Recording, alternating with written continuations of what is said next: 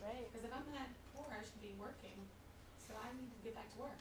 And some people are, yeah, some people are working 2 minimum wage jobs. Yes, so. Did you guys do the calculation of what amount of money you make at 7.20? You know what what's our current minimum wage? 7.25. 7.25, right? Okay, so do you know how to calculate that out to a full-time equivalent? Let's say you worked at McDonald's, or you worked as a service job. So it's Tabby's got it.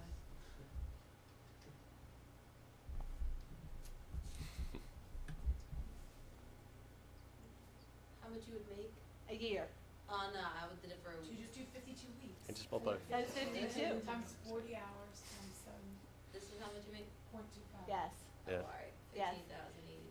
$15,080. $15,000 if you work full-time Same. at a minimum wage job. No. Okay? Oh, no. Okay, how much is your tuition? 46. 48? With room and board. It's around 38,000 just tuition alone. So if a person is working full-time, minimum wage, They're going to be working for a long time. $15,000 take home. And then there's taxes. Yeah, you pay taxes on that. Okay? All right. So now, you've got your $15,000 a year job. You've got about $32 a month in food stamps. Now, are you coming into the supermarket to hear what I have to say about eating fruits and vegetables? No. Do you want us to say yes? Because No. Probably not. But I do want to make you aware of this because I do think, in my personal opinion, as a nutritionist and as a person who works and teaches at LaSalle, this is a big problem. It's not that our government doesn't try, okay? I brought you something to pass around. This is something that we actually have our students do over at the Fresh Grocer. It's called Cooking Matters at the Store, okay? These were developed by a nonprofit organization called Cooking Matters. It is related to our government and funded by Walmart, okay?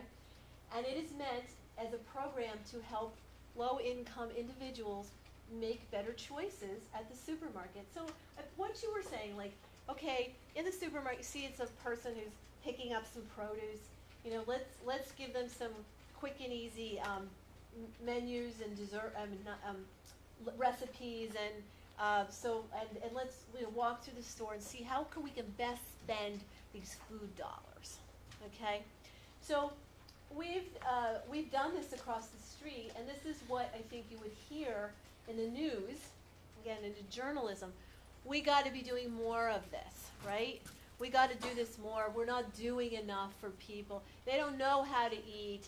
It's really, it's really hard. But the fact of the matter is, we've done it across the street, and there are some people who are interested. There's no doubt, okay. But it's one person at a time, really learning this stuff, and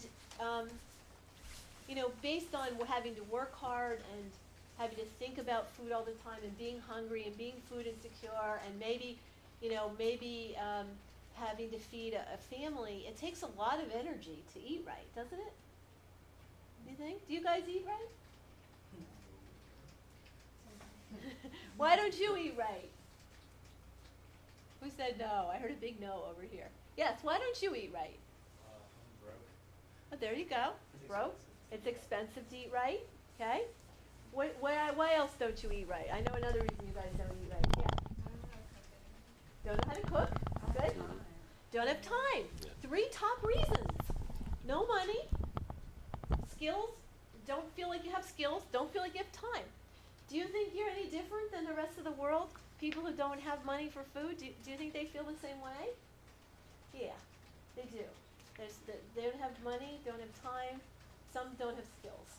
Okay, so this is meant to increase skills, given that we have access and we have money and we have tons of time. This is meant to increase skills, but it's really, frankly, not enough. Okay, we can't do it on a one-to-one basis because we have to assume that people have these 3 things, that they have some money, they have some time, and they have some skills. And it's very, very slow going. what do you think it's going to take to get, do you think it's enough to plop a supermarket into a community and think that they're going to eat right? What do you think it's going to take?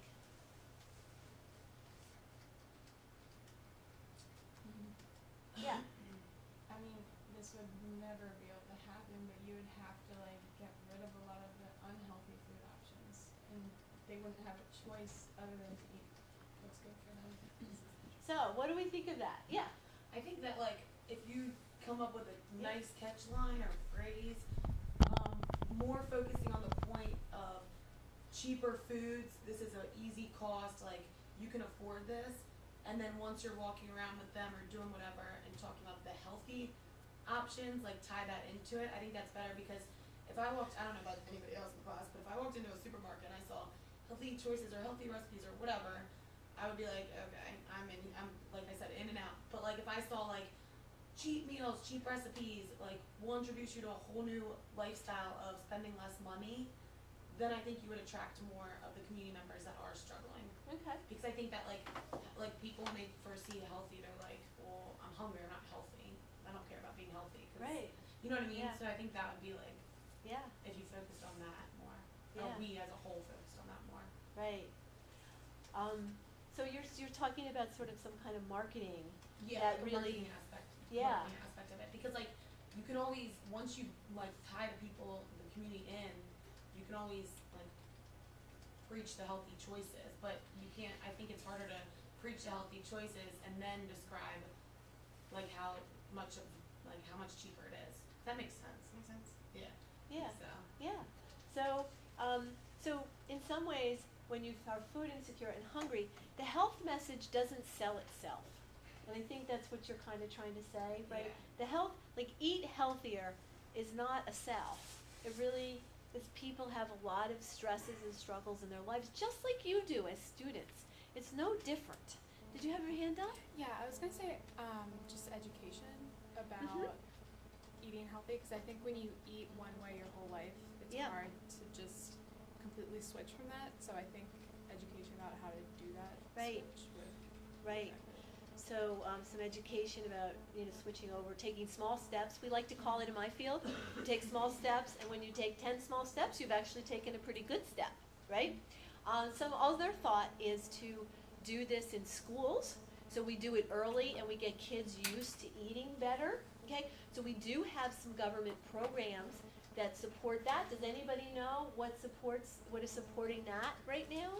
In terms of teaching kids so that by the time they get to be adults, they know a little bit more, or they can do a little, they maybe have better skills for cooking. Does anybody know what's doing that?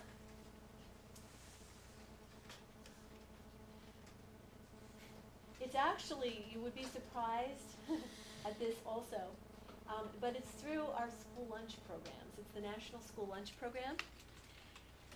Does anybody know when that was put into place? I know it has a really bad rap, but it was put into place not too much longer after food stamps in the 1940s during World War II.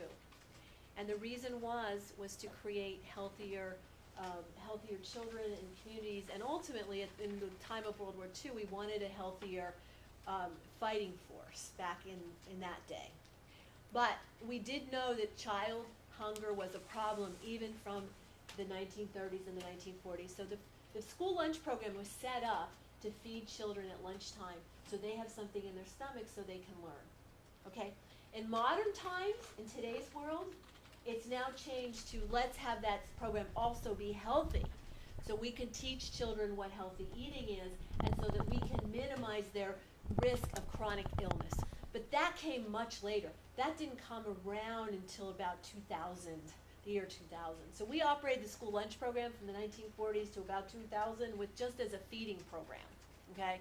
And then we started making small changes in it. And there was legislation in 2012 that now requires there to be a fruit and a vegetable choice at with the school lunch. It requires whole grains to be there, and it has a lot of healthy requirements in it, okay?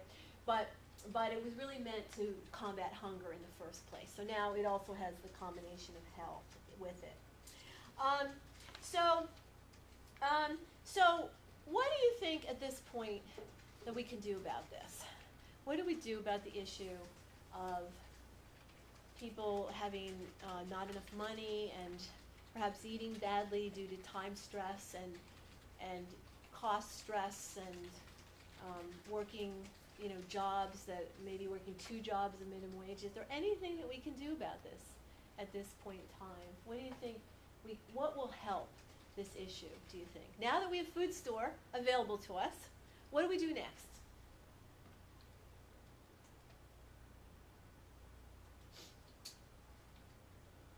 You hear one of the solutions you're hearing about in the news right now, and because the underlying problem with lack of access to food is what? The basic underlying problem, we call it primary cause. What do you think is primary cause to hunger and food insecurity in the United States? So we have a supermarket available. Now, what do people need probably to eat better? They do need some skills, but we talked about we can go in the supermarket and do this, okay? And we can do marketing, and we can have setups for nice recipes, quick recipes, and healthy recipes, and we can do samples, and that's all very popular. But what do we really need? Yes? More money or cheaper fresh produce? More money. Good. Or cheaper produce. Very good. So, any suggestions of how we do that? Yeah. I think that one of them that they're trying to do is raise minimum wage. Yes! Exactly. That's exactly what's in the news. And what do they want to raise it to? Like $10. Yeah. Zing. Yeah. I don't know. Yeah. So if we raise it to that level, the assumption is that people will have the ability to be healthier. They'll have more money for food. They'll have more money for health care. They'll have more money for appropriate living situations. And that's one of the things that the country is debating right now. In terms of cheaper fruits and vegetables, got any ideas there? Because it is this issue of money is really at the core of this. Yeah. Supporting local farmers. Supporting local farmers. So for instance, the farmers markets are very popular in Philadelphia in every neighborhood. So if you bring good quality produce to a neighborhood, people want to buy it, and they oftentimes find a way. The elderly get the vouchers. The vouchers come through the WIC program for $10, and people use them, and they love good quality fresh produce. So that's more. The more that we can do of that, the better off we're going to be, I think. And that's a small step that can take us, I think, really far. And so there's organizations in Philly who are working on that. The Food Trust has a bunch of farmers markets, and there's even some private companies who sponsor supermarkets. The farmers markets in neighborhoods in Philadelphia, all over the place. Anything else you can think of? Yeah. I actually have a question. Yes, Where please. would the closest food farmers market be to here? Good question. The one that I think is closest is right on Chew Avenue. So you have to hop on the bus if you don't have transportation. But if you hop on the bus that goes up Chew Avenue towards Chestnut Hill, after you cross Chelton and in a couple more blocks, there's a park on the left. Anybody know what that park is called? I'm blanking on it. Big park there. And there's a farmer's market there you can look it up on the Food Trust website. There's a farmer's market once a week there. It's about, you could walk it if you wanted to. I'm going to tell you it's 10 to 12 blocks that way. No, not that way. That way. So yes, that exists pretty close to here. There's been some talk, maybe from this community garden. They will maybe be a fresh grocer across the street has said at various times in conversations I've heard that they would be willing to have a farmer's market in the parking lot. So anybody who wants to perhaps organize something like that, it would probably be doable in this neighborhood.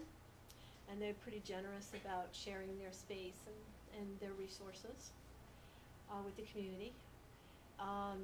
Any other thoughts about how we could get, produce and healthier foods into people's hands who are experiencing stressors like we have? So, anything else else you can think of that be new and innovative? One of the things, the last thing I know of is exactly with this community garden that's happening on campus. There are movements in some of the cities in the United States to have people do gardens in their backyards. And that's an old idea that comes from also World War II. You heard of the Victory Garden? Okay, so in World War II, it was promoted that people did home gardening so that they would have access to fresh fruits and vegetables at a time of scarcity, because we had a lot of resources going to that war. So in today's world, there are movements to have people take a little plot of their land and do some growing on it. And you can do quite a lot with even a small plot. And that is a way people think that we can also get cheap, fresh produce into people's hands if we do as communities to support those kinds of endeavors. Okay? So what questions do you have for me? Any questions about these issues? Or what I do or what I'm doing? Yes? What got you into nutrition? Oh, that's a really good question. Thank you. Okay, so, well, it's one of those things. When I was in high school, I had a passion. I found a passion for food, and it was in an era, and I was in high school in the 1970s. It was ancient history for you. But for me, there were movements at that time. Vegetarianism was new, and there were cookbooks and books available that I was reading that are historically the start of the vegetarian movement. Anybody ever hear of Diet for a Small Planet? You've ever heard of it? I don't count.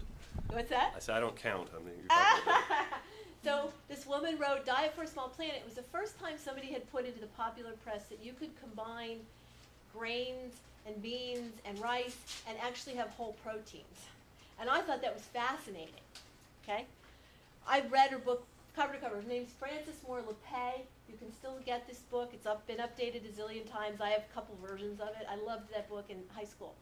And then there was another movement afloat that was kind of coming out of the 60s, but they were cooperative vegetarian people. And there was a collective called the Moosewood. Anybody ever hear of the Moosewood restaurants? A restaurant or cookbooks? Well, they were new in the 70s. Cooperative vegetarian sort of collective, and they started publishing a cookbook, and I got that into my little hands. And together with those two books, I just loved the topic material. So when I got to college, I was a bio major, and I took a nutrition course for fun, found out you could be a nutrition major, and then the rest was history. So, but I did find the passion in high school because I was reading about vegetarianism, and it was the first time we were really talking about being able to eat a vegetarian meal and be very healthy. And so that's what pulled me into the field. And I've been in it ever since. I've been in the field about 35 years in all different kinds of capacities, various kinds of jobs. So, any other questions? Yeah. Do you think that Philadelphia becoming a major port city